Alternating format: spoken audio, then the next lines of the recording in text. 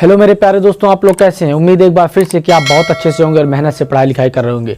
तो ट्रायंगल के लेक्चर में हम आगे बढ़ेंगे और आज बात करेंगे कॉन्ग्रुएंसी ऑफ ट्रायंगल।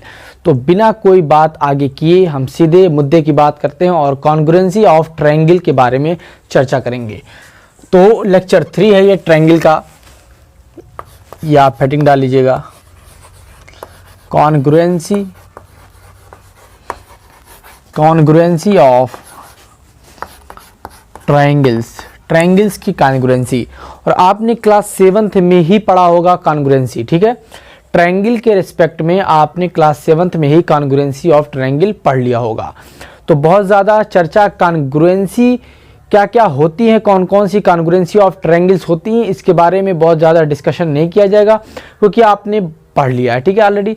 और इसके बेसिस पर जो थ्योरम्स आते हैं उन थ्योरम्स का डिस्कशन ज़रूर किया जाएगा, ठीक है, क्लास 9th के पॉइंट ऑफ व्यू से। अच्छा, लाइंस एंड एंगल्स में हमने बात करी थी कॉन्ग्रुएंसी ऑफ एंगल्स की बात करी थी।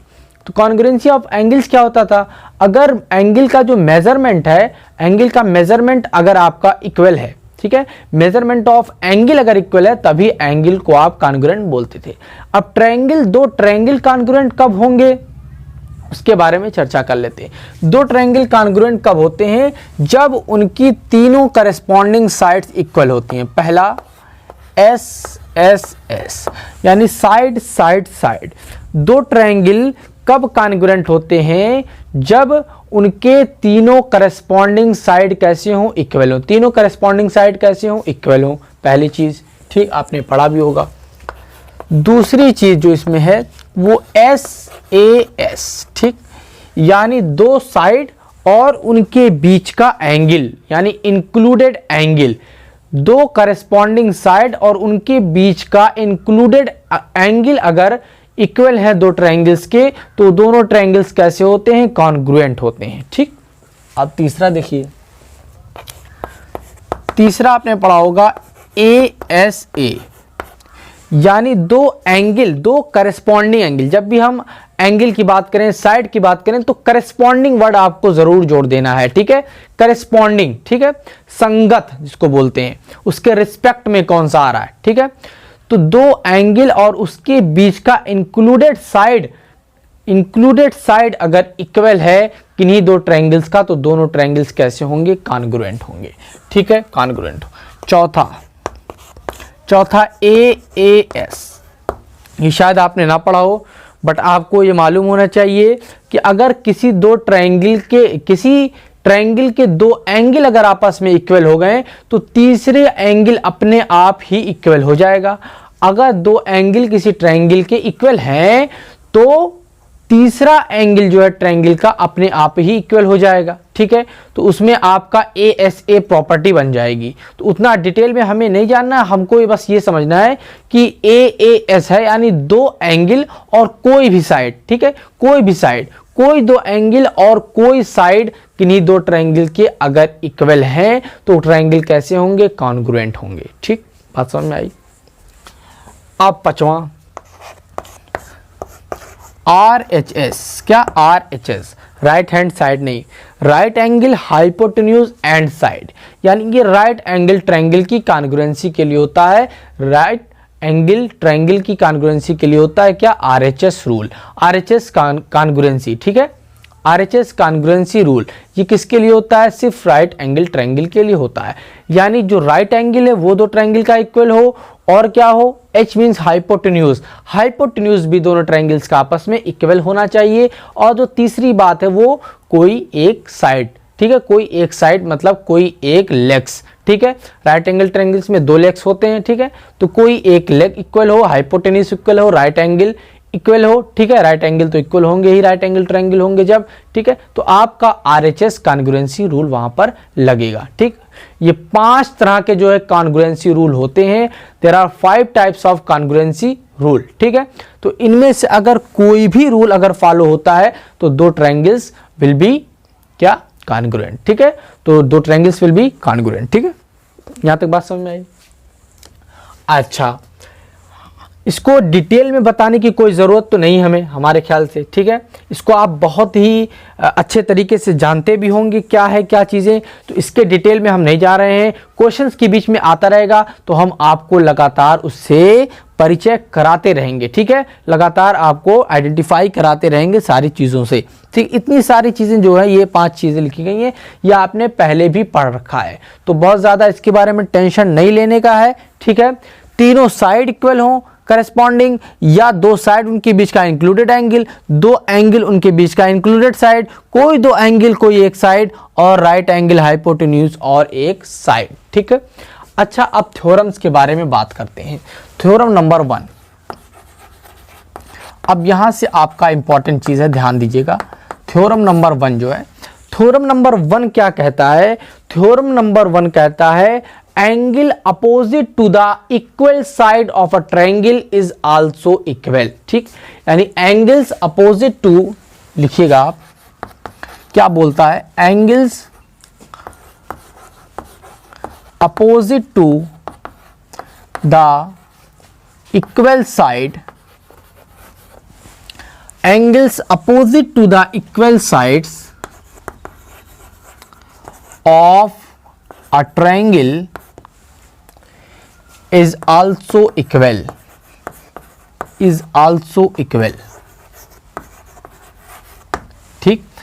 यानी एंगल जो, अगर कोई ट्रायंगल में, किसी ट्रायंगल में अगर 2 साइड्स इक्वल हैं तो उनके आमने सामने का जो एंगल है वो भी आपस में कैसा होगा? इक्वल होगा। बात समझ में आई, ठीक। कैसे होगा ये हम बता रहे हैं आपको, प्रूफ देखिएगा, प्रूफ देखिए आप ध्यान से। जैसे कहा गया आपको कि ये एक आपका क्या है? ट्रायंगल, ठीक। ट्रायंगल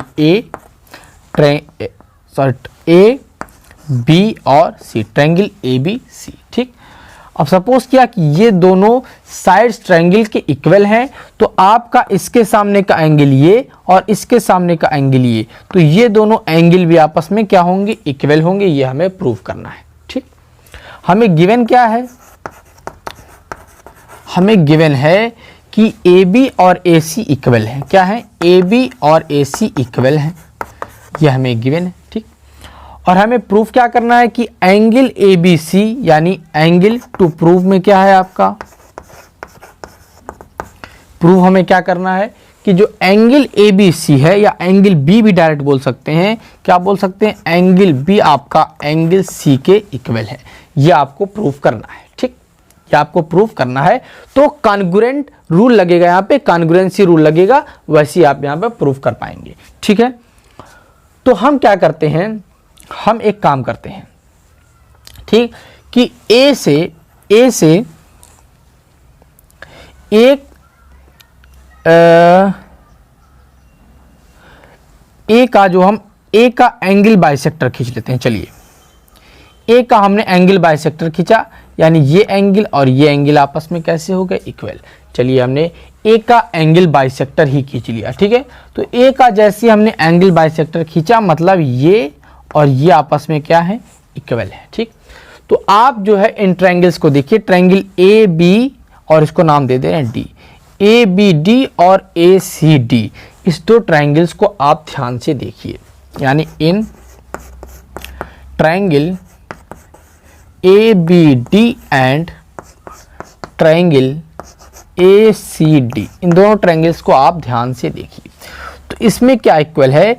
ए बी किसके इक्वल है? ए सी की इक्वल है। ध्यान दीजिएगा, पहली चीज क्या है कि A B equals to A सी है, ठीक है ना, ठीक। और दूसरी चीज आपको दिख रही होगी कि ये एंगल और ये एंगल आपस में इक्वल, यानी एंगल बी ए डी और एंगल सी ए डी आपस में कैसे? इक्वल है। यानी दूसरी चीज क्या है कि angle B A D equal है किसके? एंगल सी ए डी के, ठीक। और तीसरी चीज आपको दिख रही होगी कि ये जो लाइन ए डी आपने एंगल बाइसेक्टर लाइन खींची है, वो दोनों ही ट्रायंगल्स में क्या है? कॉमन है। यानी A D is equal to A D आप लिख सकते हैं, A D is equal to A D. तो दो ट्रायंगल हमारे पास थे, दो ट्रायंगल्स के दो करस्पॉन्डिंग साइड आपस में क्या है, इक्वल है, और उनके बीच का एंगल, ये दो साइड हैं, उनके बीच का एंगल, ये दो साइड है, इनके बीच का एंगल, यानी SAS कॉन्ग्रुएंसी रूल से जो आपका ट्रायंगल ABD और ACD क्या हो गए, कॉन्ग्रुएंट हो गए। तो आप यहां पे लिखेंगे बाई SAS कॉन्ग्रुएंसी किस कॉन्ग्रुएंसी से, SAS कॉन्ग्रुएंसी से क्या क्या इक्वल हो गए आपके, कौन कौन से ट्रायंगल आपके कॉन्ग्रुएंट हुए, देखिएगा ABD क्या हो गए, ट्रायंगल ABD जो है वो कॉन्ग्रुएंट का साइन ये होता है, देख लीजिएगा ध्यान से, कॉन्ग्रुएंट का साइन ये होता है, ये सिमिलैरिटी का एक साइन ये है और इक्वलिटी का एक साइन, यानी सिमिलैरिटी का एक साइन और इक्वलिटी का एक साइन आप लगा करके कॉन्ग्रुएंसी का साइन आप बना सकते हैं, ठीक है। तो ट्रायंगल ABD जो हो गया वो किसके कॉन्ग्रुएंट होगा, ट्रायंगल ACD के। ध्यान से देखिएगा, ये जो एंगल है ना वो इसके इक्वल है, तो बीच में यही आना चाहिए ACD, एकदम करस्पॉन्डिंगली आपको लिखना है, बिल्कुल ध्यान रखना है कि आपका ये इसके इक्वल है, तो पहले यहां से शुरुआत किया है तो शुरुआत भी यहीं से करेंगे, ठीक है, ACD, ठीक, ट्रायंगल ACD ये आपके क्या है, कॉन्ग्रुएंट हो गए, ठीक है, कॉन्ग्रुएंट हो गए, ठीक, बात समझ में आई। अच्छा, अब देखिएगा, अगर कोई दो ट्रायंगल कॉन्ग्रुएंट होते हैं तो उनके जो करस्पॉन्डिंग पार्ट्स होते हैं वो क्या होते हैं, इक्वल होते हैं, जिसको हम लोग CPCT बोलते हैं, corresponding part of congruent triangle, ठीक है, CPCT, corresponding part of congruent triangle, ये हम लोग बोलते हैं corresponding part of congruent triangle, ठीक है। तो इतनी सी बात है, आपको ध्यान रखना है कि अगर दो ट्रायंगल कॉन्ग्रुएंट हो गए तो उनके जितने करस्पॉन्डिंग पार्ट्स हैं वो भी इक्वल हो जाएंगे। यहां से आपको क्या क्या दिख रहा है, यहां से दिख रहा है कि आपके करस्पॉन्डिंग पार्ट इसमें क्या क्या है, देखिए AB आपको दिख रहा है, AB AC के इक्वल हो जाएगा, AB AC के इक्वल है, ठीक है, और BD आपका CD के इक्वल हो जाएगा, BD जो है वो CD के इक्वल हो जाएगा, यानी ये और ये आपस में क्या हो जाएंगे, इक्वल हो जाएंगे, यानी ठीक है, बात समझ में, यानी बाइसेक्ट भी करेगा, ठीक है। और तीसरी चीज जो आपको दिख रही होगी यहां से कि AD और AD, ठीक, AD जो है इक्वल है, यानी ये इसके बीच का एक कॉमन लाइन है, कॉमन साइड है, ठीक है। और एंगल के बारे में आप देखिए तो एंगल ABD और एंगल ACD भी इक्वल होगा, एंगल ABD और एंगल ACD यानी एंगल B और एंगल C आपस में इक्वल होंगे, ठीक है। तो आप यहां पर लिख सकते हैं that implies angle B is equal to angle C। कैसे आपने लिख दिया इसको, CPCT से, कैसे, CPCT से, corresponding part of congruent triangle से, ठीक है, वो इक्वल होते हैं। लिख लीजिएगा, आप लोग कॉपी में लिख लीजिएगा कि corresponding part of congruent triangles are equal, ठीक है, आर इक्वल। तो ये कैसे इक्वल हो गया, CPCT से। अब इसको आप नोट कर लीजिए, समझ लीजिए ध्यान से, फिर इसका कन्वर्स भी हम आपको बताते हैं, इसका कन्वर्स भी आपको हम बताते हैं, लिख लीजिए, स्क्रीनशॉट ले लीजिए, ठीक। तो कुछ लोगों को CPCT समझ में अगर नहीं आया होगा तो हम उसको समझा दे रहे हैं, CPCT को। CPCT आप एक बार समझ लीजिएगा, CPCT एक बार आप समझ लीजिए, CPCT, ठीक, यानी करस्पॉन्डिंग पार्ट ऑफ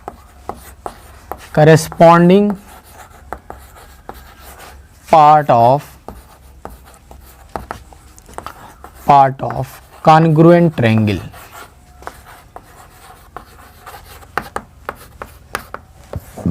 ये इसकी बात है, ठीक है। CPCT मतलब corresponding part of congruent triangle, ठीक। अब जैसे हमारे पास दो ट्रायंगल है, एक ट्रायंगल आपका ये है ABC, ठीक, और एक ट्रायंगल आपका ये है DEF, ठीक। ये दो ट्रायंगल आपके दिख रहे हैं, ठीक है यहाँ पर, और दोनों ट्रायंगल कैसे हैं, सिमिलर हैं, सॉरी कॉन्ग्रुएंट हैं, दोनों ट्रायंगल कैसे हैं, कॉन्ग्रुएंट हैं। और कॉन्ग्रुएंट कैसे हैं हम आपको बता रहे हैं, कॉन्ग्रुएंट कैसे हैं, हमने मान लिया ये एंगल और ये एंगल आपस में इक्वल हैं और ये दो साइड इक्वल हैं, तो SAS ट्रायंगल कॉन्ग्रुएंसी से ये क्या है, S/SAS ट्रायंगल कॉन्ग्रुएंसी, ठीक, ट्रायंगल कॉन्ग्रुएंसी से ये दोनों कैसे हो गए हैं, ये दोनों हो गए हैं कैसे, कॉन्ग्रुएंट हो गए, ये दोनों कॉन्ग्रुएंट हो गए, ठीक, बात समझ में आई। अच्छा अब हम क्या लिखेंगे, अब हम लिखेंगे ट्रायंगल ABC, ठीक है, हम लोग ध्यान देंगे कि ये एंगल और ये एंगल इक्वल है, तो शुरुआत अगर इसकी A से किए हैं, ये पहला तो आप बड़े आसानी से लिख सकते हैं, लिख लीजिए आप ABC, अब इसको यहाँ पे लगाइए कॉन्ग्रुएंट, ठीक। अब आपने शुरुआत यहाँ पर A से की थी, क्यों, क्योंकि ये एंगल और ये एंगल आपस में इक्वल है, इसलिए अगर आपने शुरुआत यहाँ से A से की थी तो यहाँ से आपको शुरुआत D से करनी होगी, तो ट्रायंगल D, ठीक, ये दोनों साइड आपस में कैसे इक्वल है, तो आपने AB के अलोंग चला था और यहां पर आप किसके अलोंग चलेंगे, D के, क्योंकि AB और DE आपस में इक्वल हैं, इसलिए यहां पर आपने AB के अलोंग चला था तो यहां पर आप DE के अलोंग चलेंगे, तो DE, ठीक। अब उसके बाद आप कहां गए थे, C के तरफ, और यहां पर आप किसके तरफ चले जाएंगे, F के तरफ, ठीक है, यहां तो F ही बचा, तो triangle ABC will be congruent to the triangle DEF, ठीक, DEF। अब इसके करस्पॉन्डिंग पार्ट भी कैसे होंगे, इक्वल होंगे, ठीक है, CPCT corresponding part of congruent triangle, ठीक है, तो CPCTs आर इक्वल, तो यहां पर लिख लीजिए आप ऐसे स्टार बना के कि CPCTs आर इक्वल, यानी जो करस्पॉन्डिंग पार्ट है कॉन्ग्रुएंट ट्रायंगल का वो कैसा होता है, इक्वल होता है, जो करस्पॉन्डिंग पार्ट है कॉन्ग्रुएंट ट्रायंगल का वो कैसा होता है, इक्वल होता है। अब आप देखिएगा, अब आपको कहीं जाने की जरूरत नहीं है, आप इसी जो आपने एक्सप्रेशन यहाँ पर लिखा है कॉन्ग्रुएंटी का, वहीं पर आप देखिए, तो यहाँ से आप देख सकते हैं कि AB किसके इक्वल है, DE के, यहाँ से आप देखिएगा CPCT में आप क्या लिखेंगे, AB is equal to DE, ठीक। अगर दो ट्रायंगल कॉन्ग्रुएंट है तो हम क्या क्या लिख सकते हैं वो आप यहाँ पर देख लीजिए, और आप क्या लिख सकते हैं, BC अगर आपने यहाँ लिया तो यहाँ पर क्या लेंगे, EF, BC is equal to EF, ठीक, और AC अगर आपने यहाँ लिया तो यहाँ पर आप DF लेंगे, ठीक है, AC is equal to DF, ठीक। अब एंगल के बारे में बात करते हैं, यहाँ पर अगर हम कहें कि एंगल ABC, ठीक, एंगल ABC, तो यहाँ पर क्या कहेंगे, एंगल DEF, एंगल DEF, ठीक, ये आप बोलेंगे। और अगर कहा जाए यहाँ पर एंगल BAC, यानी पहले बीच वाला उठाया फिर इधर वाला फिर इधर वाला, तो सेम काम यहाँ पर भी आप करेंगे, एंगल BAC अगर हमने यहाँ पर लिखा, बीच से उठाया और इधर गए फिर इधर आए, तो सेम काम यहाँ पर भी करना है, EDF इक्वल्स टू EDF, ठीक, एंगल, ठीक। और एंगल C के बारे में बात करना है, तो अगर आप कह रहे हैं कि एंगल ACB, अगर आपने बोला क्या, एंगल ACB, ठीक, अगर आपने बोला एंगल ACB, तो आप यहां से यहां गए फिर यहां आए, तो सेम काम यहां पर भी करना है, ठीक है। आपने क्या बोला, एंगल ACB, तो आपने यहां पर क्या बोला, ACB, तो आप ठीक काम यहां पर भी करेंगे, DFE, ठीक, एंगल DFE, आप ये सारी चीजें लिख सकते हैं। अगर कोई दो ट्रायंगल कॉन्ग्रुएंट है तो उनके करस्पॉन्डिंग जो पार्ट्स हैं वो भी इक्वल होंगे, ये सारी चीजें उनकी इक्वल होंगी। यानी अगर ये दोनों ट्रायंगल कॉन्ग्रुएंट हुए तो AB is equal to DE given था, कोई बात नहीं, BC इज इक्वल टू क्या हो गया, BC is equal to EF, यानी ये भी इसके इक्वल हो चुका है क्योंकि कॉन्ग्रुएंट है, ठीक है, कॉन्ग्रुएंट है।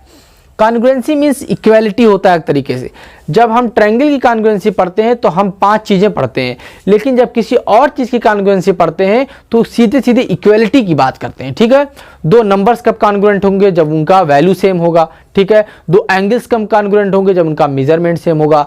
दो लाइनें कब कॉन्ग्रुएंट होंगी? जब उनका लेंथ सेम होगा। तो इस तरह की बातें होती हैं, यानी ये ट्रायंगल अगर इसके ऊपर रखा जाए तो पूरी तरीके से कोइंसाइड कर जाएगा, पूरी तरीके से कोइंसाइड कर जाएगा। ठीक, बात समझ में आई?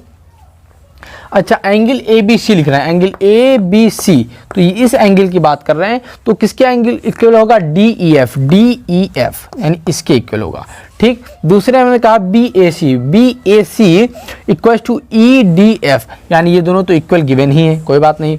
ए सी बी किसके इक्वल होगा? डी एफ ई, यानी ये जो है इसके इक्वल होगा।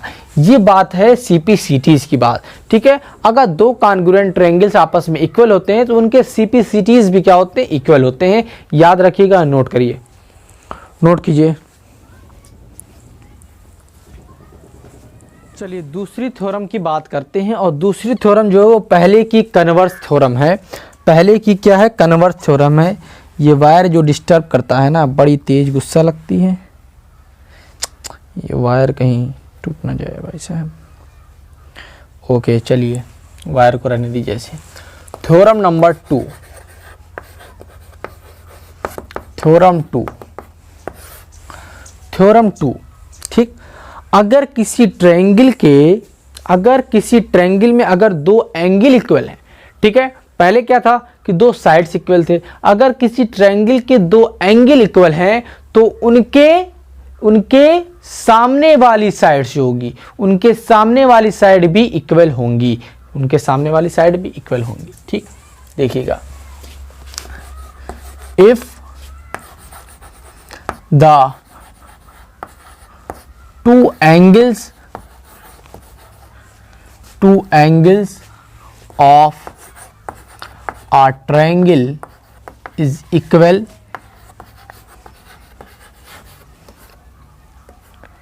then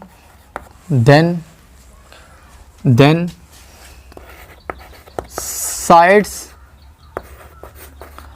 opposite to them will also be equal,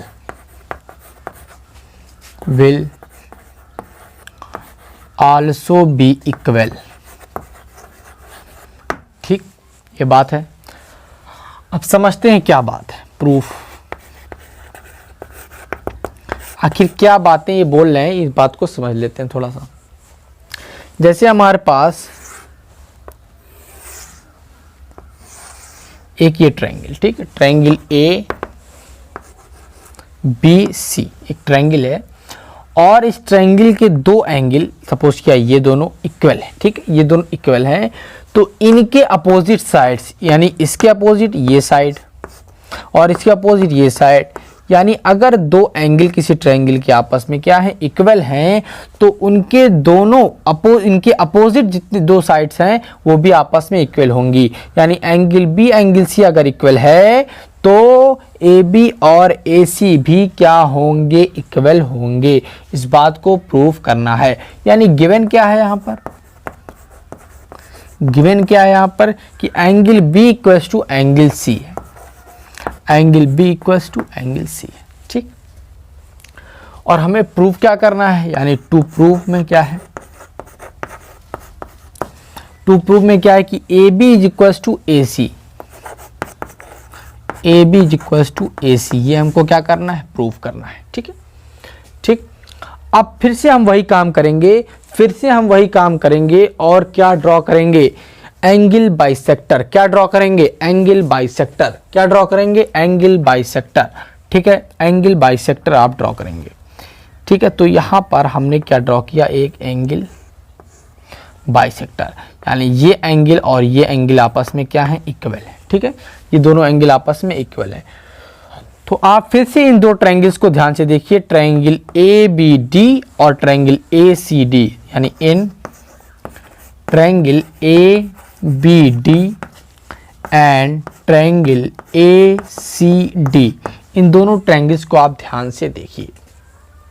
ध्यान से देखने पे आपको पता चलेगा कि ए बी जो है, सॉरी ये तो आपको प्रूव करना है, ठीक है, कि ए बी और ए सी आपस में इक्वल है, ये आपको प्रूव करना है। ये जो है प्रूव करना है, ये गिवन नहीं है, ये गिवन नहीं है।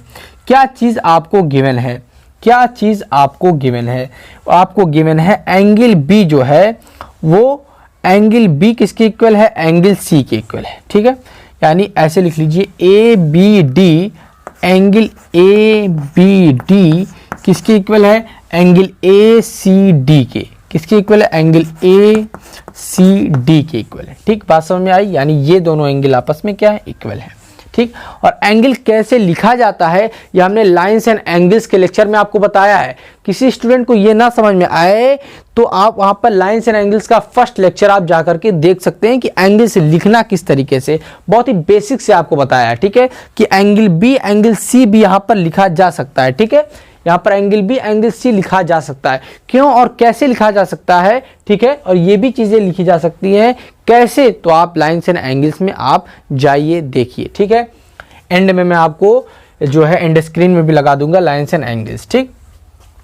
तो आपको यहाँ पर दिख गया। और दूसरा, ये दोनों एंगल आपस में क्यों नहीं? क्योंकि हमने क्या किया है, हमने क्या किया है, ये कंस्ट्रक्शन से लाया है। तो अगर आप चाहें तो इसका रीजन भी लिख सकते हैं कि एंगल बी एंगल सी का रीजन क्या है, कि ये आपको गिवन है, ये आपको क्या है? गिवन। आप रीजन भी ब्रैकेट में बॉक्स में लिख सकते हैं, ठीक। अब देखिए B A D angle, angle B A D यानी ये वाला एंगल जो आपको दिख रहा है, एंगल बी ए डी वो किसके इक्वल है? एंगल सी ए डी के, एंगल सी ए डी के इक्वल है, ठीक है। सी ए डी के इक्वल है। और ये कैसे इक्वल है? बाई कंस्ट्रक्शन इक्वल है, लिख सकते हैं आप यहाँ पे बाई कंस्ट्रक्शन। एंगल बाइसेक्टर हमने यहाँ पर ड्रॉ किया है, ठीक है, एंगल बाइसेक्टर हमने ड्रॉ किया है, यानी बाई कंस्ट्रक्शन आप वहां पर लिख सकते हैं, ठीक है। ये दो बातें होंगी। अब आप देखिए AD जो आपको दिख रहा है, AD ये दोनों में ही कॉमन है, यानी AD is equal to AD आप लिख सकते हैं, ठीक। अब आपको दिख रहा होगा कि ट्रायंगल के दो एंगल और एक साइड क्या हो गए? इक्वल हो गए। दो एंगल और एक साइड इक्वल हो गए। तो किस प्रॉपर्टी से, किस कॉन्ग्रुएंसी रूल से दो ट्रायंगल कॉन्ग्रुएंट हो गए? AAS से। किससे? AAS से। किससे? यानी बाई AAS आप लिख सकते हैं, बाई AAS कौन कौन से ट्रायंगल? ट्रायंगल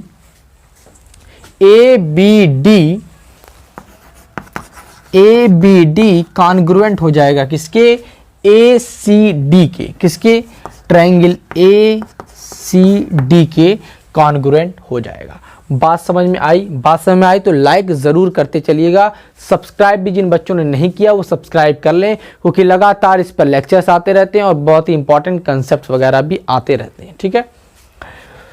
तो आपका ट्रायंगल ABD किसके कॉन्ग्रुएंट होगा? ACD के कॉन्ग्रुएंट हो गया। अब आप जानते हैं दो ट्रायंगल्स अगर कॉन्ग्रुएंट होते हैं तो उनके करस्पॉन्डिंग क्या, उनके करस्पॉन्डिंग पार्ट्स भी इक्वल होते हैं। CPCT रूल अभी हमने आपको बता दिया है, CPCT आपको बता दिया है। यानी अगर ये दोनों ट्रायंगल्स कॉन्ग्रुएंट हैं तो AB किसके इक्वल होगा? AC के इक्वल होगा। यानी AB किसके इक्वल होगा? AC के इक्वल होगा। That implies AB is equals to AC। और यही आपको प्रूव करना था, ये आपका हो चुका है प्रूव्ड, ये हो चुका है आपका प्रूव्ड। चलिए नोट कीजिए, नोट कीजिए, नोट कीजिए। मैं हट जा रहा हूँ, स्क्रीनशॉट भी आप ले लीजिए, तुरंत ले लिया। चलिए आगे बढ़ते हैं, नेक्स्ट थ्योरम के बारे में हम लोग बात करते हैं, ठीक है। थ्योरम नंबर 3 के बारे में बात करते हैं।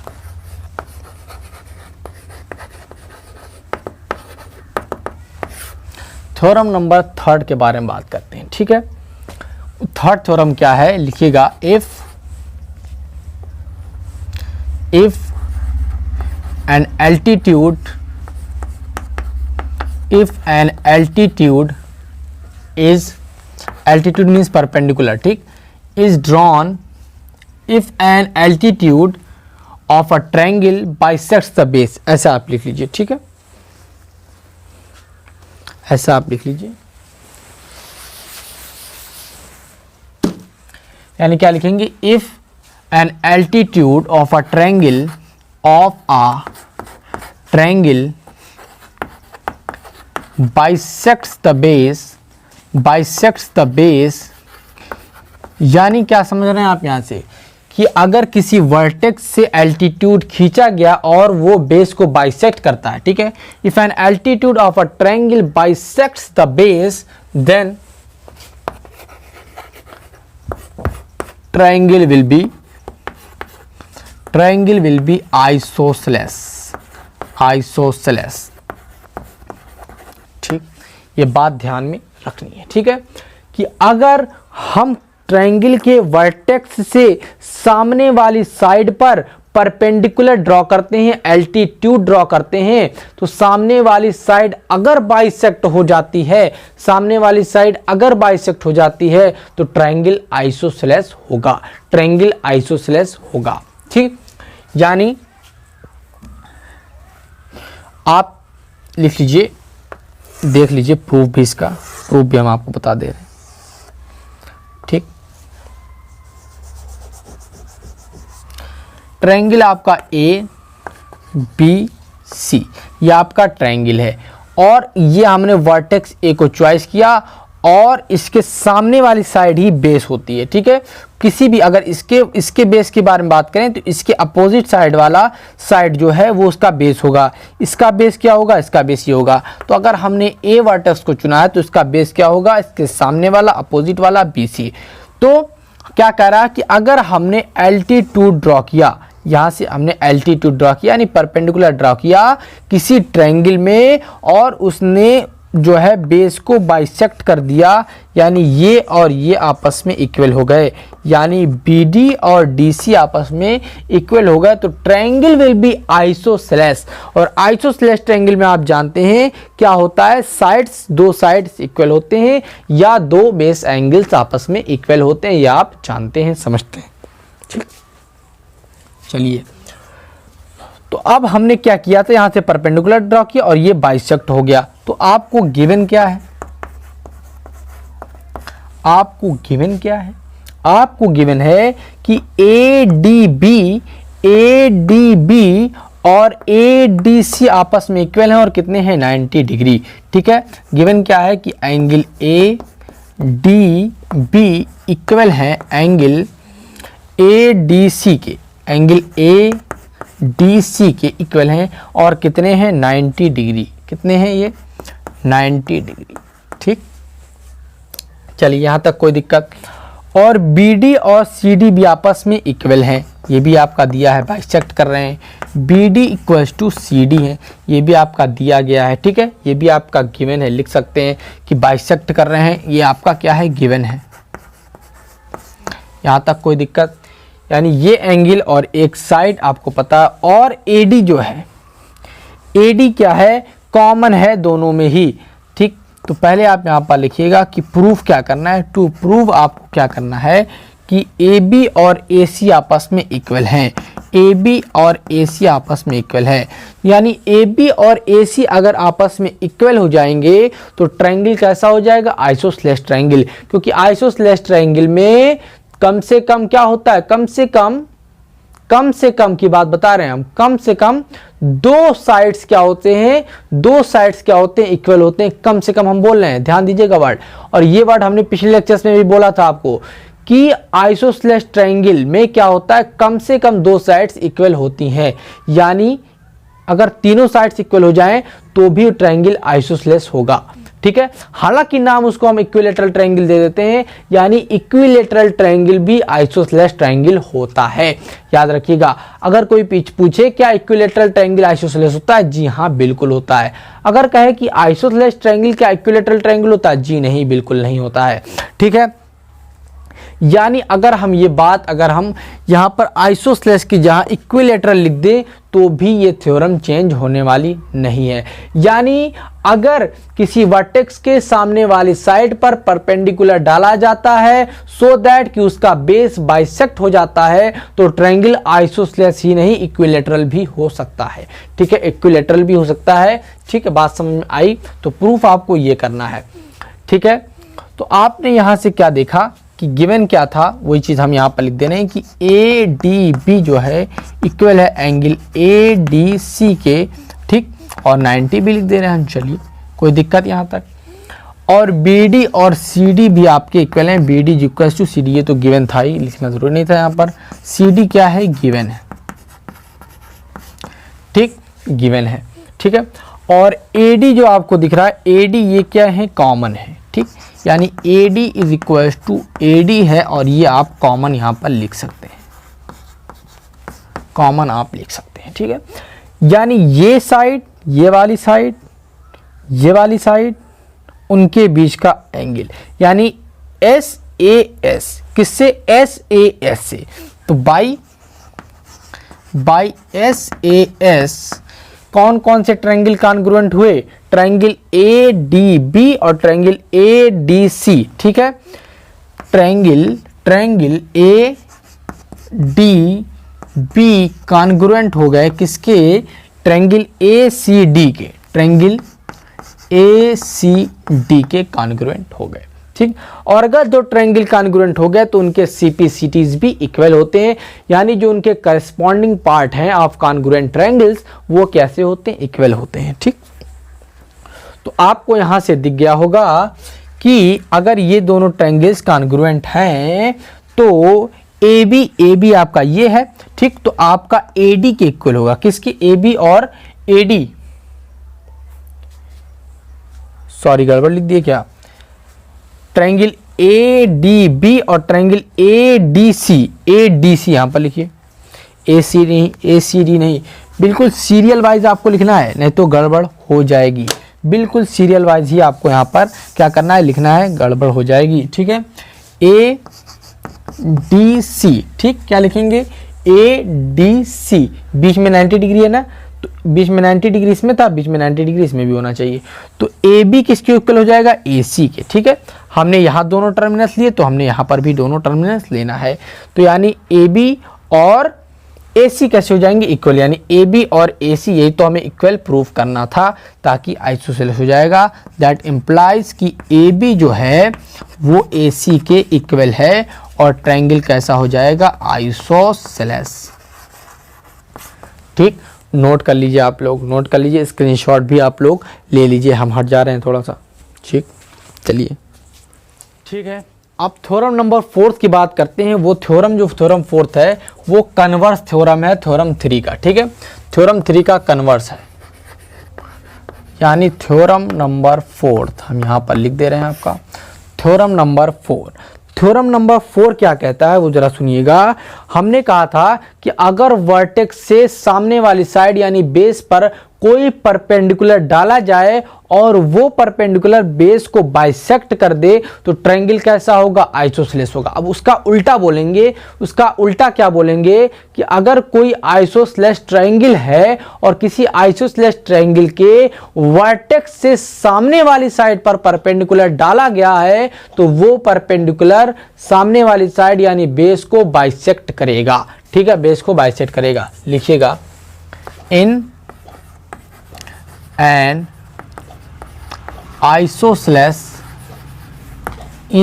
isosceles triangle if a perpendicular या altitude कुछ भी बोल सकते हैं, if a perpendicular is drawn from the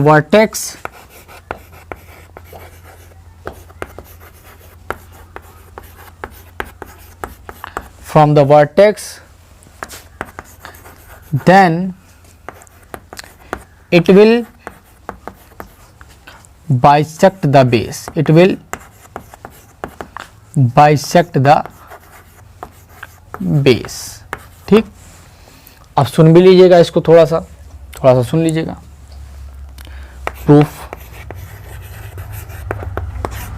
सुनिएगा ध्यान से कि ये ट्रायंगल आपका है, क्या है, ट्रायंगल, और ये ट्रायंगल का वर्टेक्स है, सपोज क्या, एक कोई भी आप वर्टेक्स ले सकते हैं, और इस वर्टेक्स से जो है सामने वाली साइड पर डाला गया क्या, परपेंडिकुलर। तो ये परपेंडिकुलर BC को क्या करेगा, बाइसेक्ट करेगा, BC को बाइसेक्ट करेगा, यानी टू इक्वल पार्ट्स में BC को डिवाइड करेगा, यानी BD और CD कैसे होंगे, इक्वल हो जाएंगे, ठीक है। और ये ट्रायंगल कैसा है, आइसोसेलेस ट्रायंगल है, इन एन आइसोसेलेस ट्रायंगल, यानी ये और ये आपस में कैसे हैं, इक्वल हैं, ये और ये आपस में कैसे हैं, इक्वल हैं, ठीक है। यानी ध्यान दीजिएगा, आपको गिवन क्या है,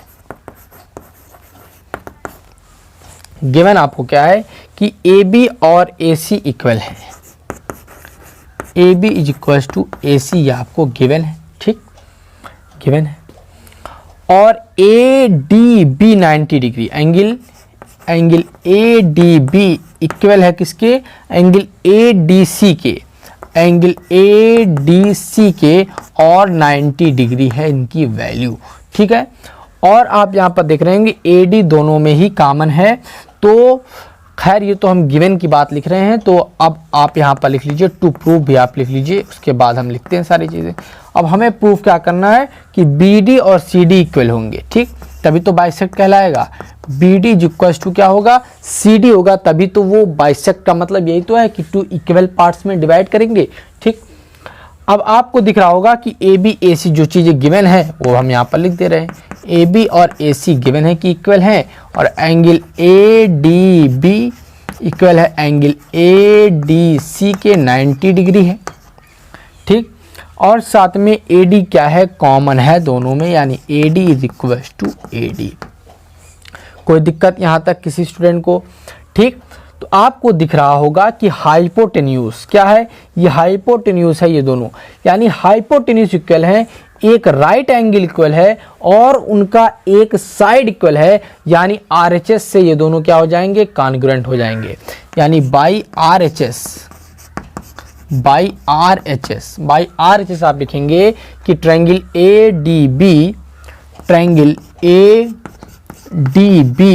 will be congruent to triangle ADC, किस ट्रायंगल के, ट्रायंगल ADC के क्या हो जाएंगे, कॉन्ग्रुएंट हो जाएंगे। और जब कॉन्ग्रुएंट होते हैं तो उनके करस्पॉन्डिंग पार्ट क्या होते हैं, इक्वल होते हैं, उनके करस्पॉन्डिंग पार्ट क्या होते हैं, इक्वल होते हैं।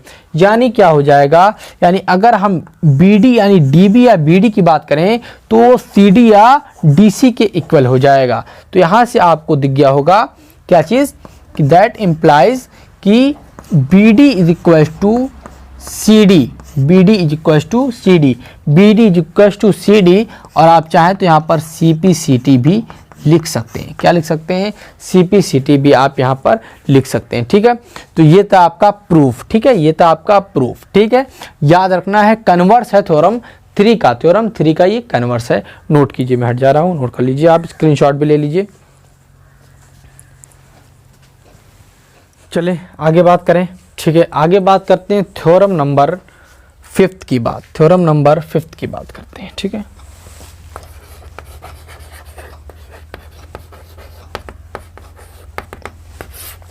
थ्योरम 5 क्या कहता है वो आप ध्यान से सुनिएगा। थ्योरम 5 क्या कहता है, थ्योरम 5 ये कहता है कि अगर किसी ट्रायंगल का बाइसेक्टर आपने खींचा, किसी ट्रायंगल का बाइसेक्टर आपने खींचा और वो बेस को बाइसेक्ट कर दे, यानी अगर आपने कोई बाइसेक्टर खींचा और वो बेस को बाइसेक्ट कर दे तो ट्रायंगल कैसा होगा, आइसोसेलेस होगा, आइसोसेलेस होगा। ध्यान से सुनिएगा, ठीक है। If the bisector of triangle bisects the base, then triangle will be isosceles, triangle will be isosceles, ठीक है। जैसे प्रूफ में आप समझिएगा, जैसे आपके पास ये क्या है, ट्रायंगल है ABC और हमने एंगल A का हमने बाइसेक्टर खींचा, ठीक। एंगल ए का हमने बाइसेक्टर खींचा और ये बाइसेक्टर और ये जो बाइसेक्टर है, ये जो बाइसेक्टर है वो क्या किया, सामने वाली साइड यानी बेस को क्या किया, बाइसेक्ट किया, यानी ये और ये इक्वल हो गए। हमने बाइसेक्टर खींचा इसका, ये दोनों इक्वल थे, तो इसने जो है सामने वाली साइड को बाइसेक्ट किया। तो आप बताइए कि ट्रायंगल क्या होगा, ट्रायंगल आइसोसेलेस होगा। तो गिवन क्या है, सबसे पहले आप ये देखिए, आपको गिवन क्या है कि एंगल बी ए डी, ठीक, एंगल बी ए डी यानी angle B A D equals to क्या है, सी ए डी के, ठीक, एंगल सी ए डी के, सी ए डी के, ठीक है। Bad is equals to cad नहीं है, B A D is equals to C A D है, ठीक है। चलिए और क्या आपको गिवन है कि बी डी और सी डी आपस में इक्वल है, बी डी इक्वल है किसके, सी डी के इक्वल है, ठीक, बात समझ में आई। और ये आपका गिवन था और हमको प्रूफ क्या करना है, टू प्रूफ आपको करना है आइसोसेलेस ट्रायंगल यानी ए बी और ए सी को इक्वल प्रूव करना है, यानी to prove A B is equals to A C करना है, A B is equals to A C, ठीक है।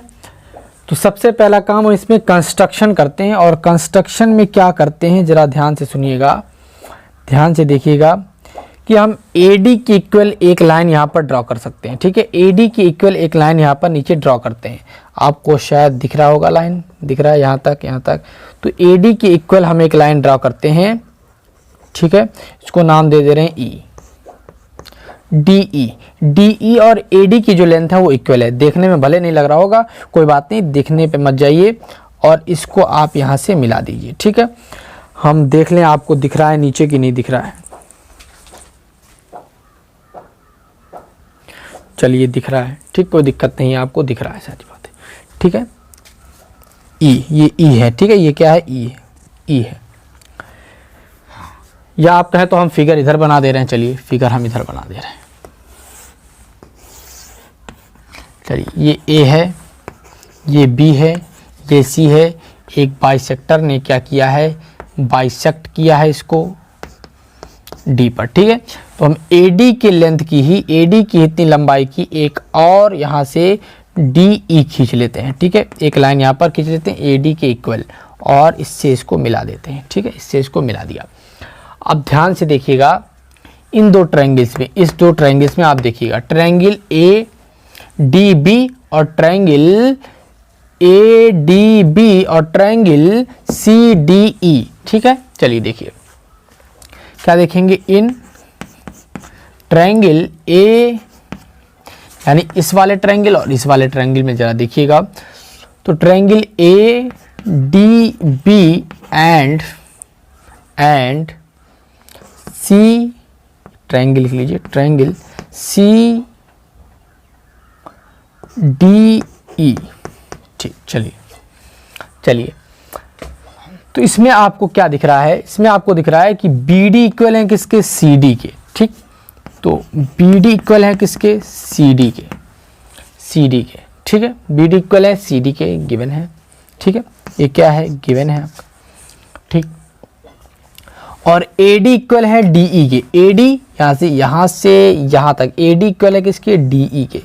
ये आपने कंस्ट्रक्शन किया है खुद ही, यानी AD इज इक्वल्स टू क्या है, DE, AD is equals to क्या है, DE, आपने खुद से कंस्ट्रक्ट किया है, ठीक है, बाय कंस्ट्रक्शन, ठीक, बाय कंस्ट्रक्शन। और ये दोनों एंगल आपको दिख रहे होंगे, ये दोनों एंगल भी आपस में इक्वल होंगे, क्या है, वर्टिकली अपोजिट एंगल, क्या है, वर्टिकली अपोजिट एंगल, यानी एंगल ADB, ये D है मेरे भाई, ये D है, ठीक है ना, यहाँ पे लिखा था D, ठीक है। एंगल ADB इक्वल है किसके, एंगल CDE के, एंगल CDE के इक्वल है, CDE के इक्वल है। तो आप क्या लिखेंगे, तो आप यहाँ से लिखेंगे क्या, आप यहाँ से आप क्या लिखेंगे, SAS, ठीक है, यानी SAS ट्रायंगल कॉन्ग्रुएंसी से, SAS ट्रायंगल कॉन्ग्रुएंसी से ये दोनों ट्रायंगल क्या हो रहे हैं, कॉन्ग्रुएंट हो रहे हैं, ठीक है, by SAS by SAS triangle, कौन कौन से ट्रायंगल, ध्यान से देखिएगा कौन कौन से ट्रायंगल, ट्रायंगल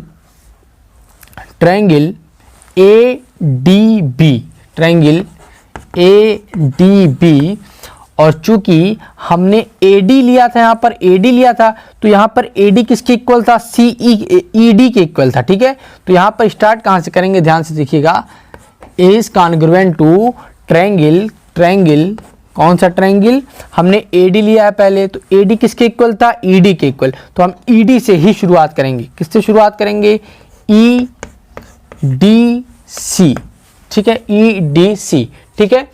तो जो करस्पॉन्डिंग चीज है ना, वहीं से आप उसको लिखेंगे। आप यहां पर कुछ भी लिख सकते हैं, ट्रायंगल ADBCD, लेकिन जब आप कॉन्ग्रुएंट लिखने आएंगे तो आपको बहुत ध्यान से लिखना होगा, बहुत ध्यान से लिखना होगा।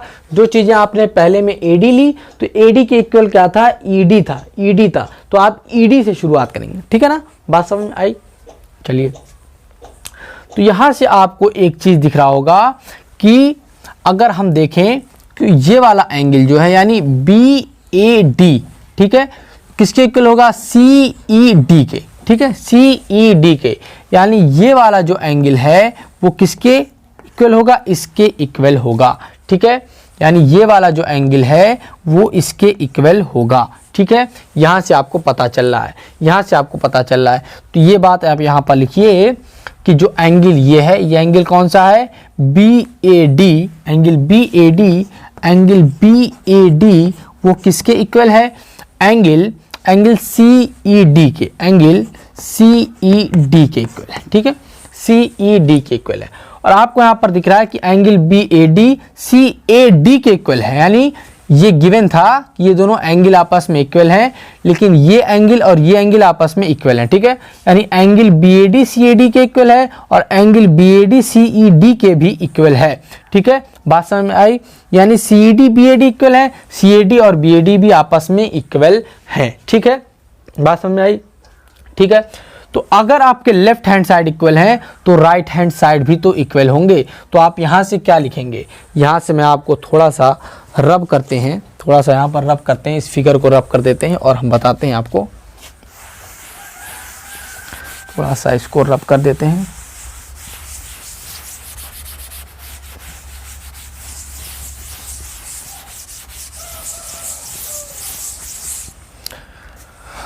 ठीक, देखिएगा ध्यान से, ध्यान से देखिएगा। तो इसके राइट हैंड साइड इक्वल है, तो sorry left hand side equal है, तो राइट हैंड साइड भी इक्वल होगा। यानी आप यहां से लिख सकते हैं क्या, एंगल CAD किसके इक्वल होगा, एंगल CED के इक्वल होगा। अब यहां पर देखिए कि ये एंगल CAD है और ये CED है, और आप इस बड़े वाले ट्रायंगल को देखिए, इस बड़े वाले ट्रायंगल को जरा देखिए,